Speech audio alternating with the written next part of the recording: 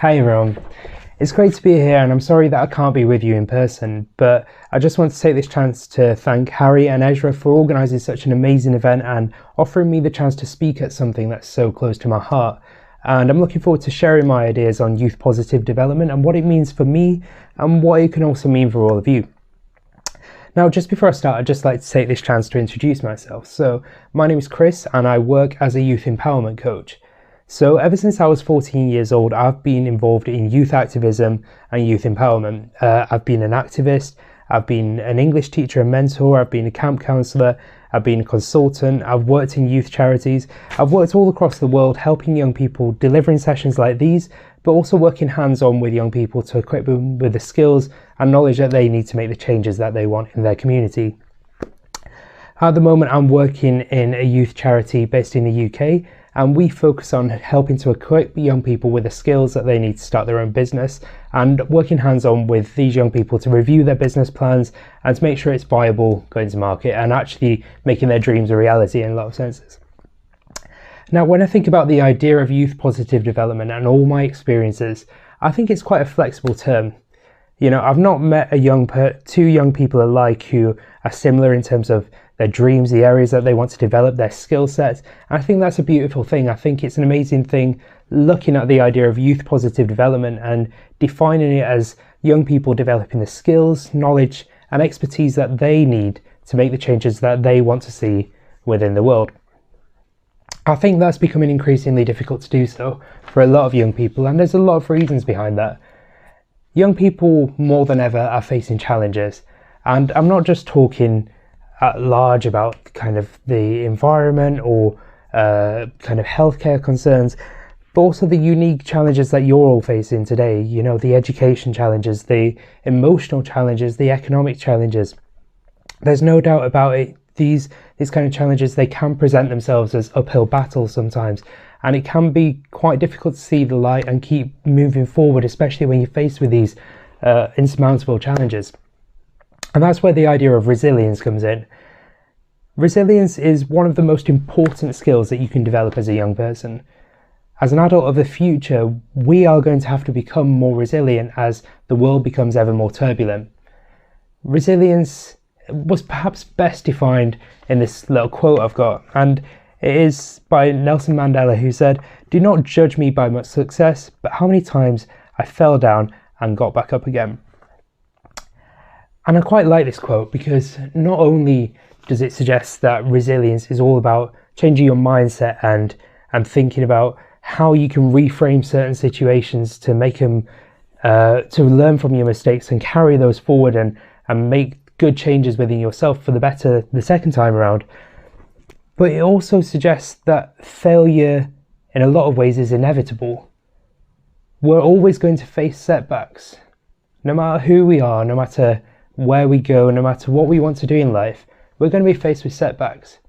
And it's all about how we build our mindset and our skills to overcome those setbacks and turn them into something positive.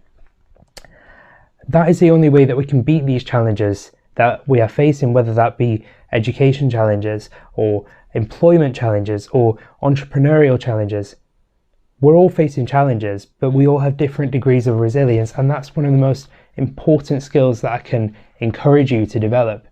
And that's not necessarily an easy task, but the more that you do it, the more you try and put yourself in situations where you can fail, the more likely it is that you develop the skills that you need to overcome those challenges in the future. You know, it's important to remember that no matter what happens, you are the future. There aren't going to be leaders other than yourselves. There's no generation before you or after you which can come close to the challenges which you're going to face. And that's what I love about this course. I feel like it's helping to develop the leaders of tomorrow. And in a lot of ways, the skills that you take on board today will be the skills that you need to lead the generations of tomorrow. Not only do you need these skills to try and develop yourself, but also society at large. You're going to be the decision makers of the future. And I really just want to draw attention to a project that I did in Kenya. I think it was about 6 years ago now. And I worked with school-aged children to help them with entrepreneurial skills, developing business plans, and developing virtual companies. And that was with your teacher Ezra, actually. And a lot of these school children, they had a lot of success with their business ideas, more than could have been predicted at the start of the project. And that was defined by their resilience and how hard they were willing to work to make it a reality. Not only did they go on to win competitions to make their products realities, but they also used the skills that they learned to educate, children underneath them in junior school.